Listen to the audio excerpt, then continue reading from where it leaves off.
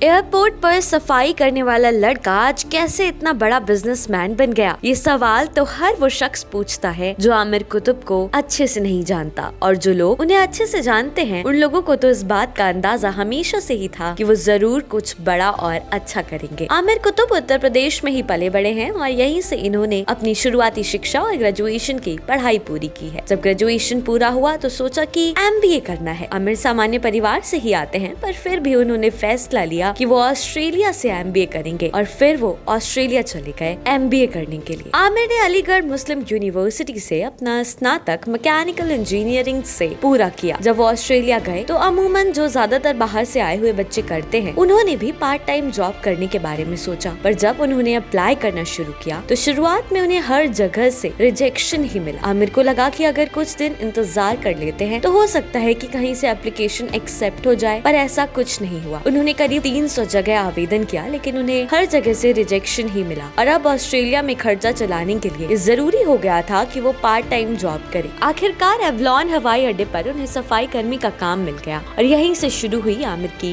एक सफाई कर्मचारी से CEO तक के सफर की कहानी। आमिर ने किसी काम को छोटा या बड़ा नहीं समझा। एक दूसरे देश में जाकर बस जाना और वहाँ सब कुछ जीरो से शुरू करना कोई आसान काम नहीं होता। आप बिल्कुल अलग थलग महसूस करने लगते हो। भारत में तो लोग काफी सोशल हैं, तो चीजें थोड़ी आसान हो जाती हैं। बाकी देशों में ऐसा नहीं होता। वहाँ लोग इतने सोशली एक्टिव नहीं होते और जब एकदम से आपका सब कुछ बदल जाता है तो उस परिवेश में एडजस्ट कर पाना एक बहुत बड़ा टास्क होता है, पर ऑप्शन नहीं होता तो उसे पूरा करना पड़ता है और ये सब कुछ आपको बहुत स्ट्रॉन्ग बना देता है। तो जैसा सबके साथ होता है, इनके साथ भी हो रहा था। आमिर ऑस्ट्रेलिया में काफी डरे सहमे थे। उनकी अंग्रेजी इतनी अच्छी नहीं थी और ऑस्ट्रेलिया में इंग्लिश ही बोली जाती है ज्यादातर, तो अब कोई भी काम करने के लिए ये जरूरी था कि उन्हें इंग्लिश आती हो, पर उनकी इंग्लिश थोड़ी तंग थी। इसलिए जहाँ कहीं भी उन्होंने काम के लिए अप्लाई किया था वह इंग्लिश के अनुभव की मांग की जा रही थी जो उनके पास नहीं था, इसलिए इन्हें बार बार रिजेक्शन मिल रहा था। पर कहते हैं ना कि वक्त कभी एक जैसा नहीं रहता और हम हिंदुस्तानियों के अंदर कोई तो अलग बात होती है। हम हर जगह सरवाइव कर ही लेते हैं। जब आमिर कॉलेज के आखिरी साल में थे तब उनकी किस्मत ने करवट बदली और उन्हें एक टेक्नोलॉजी की कंपनी में इंटर्नशिप करने का मौका मिल गया। उनका काम इतना अच्छा था कि यहाँ केवल 15 दिन ही काम करने के बाद उन्हें यहाँ ऑपरेशन मैनेजर के पद पर प्रमोट कर दिया गया और यहीं से कुतुब ने अपने सपनों की दुनिया में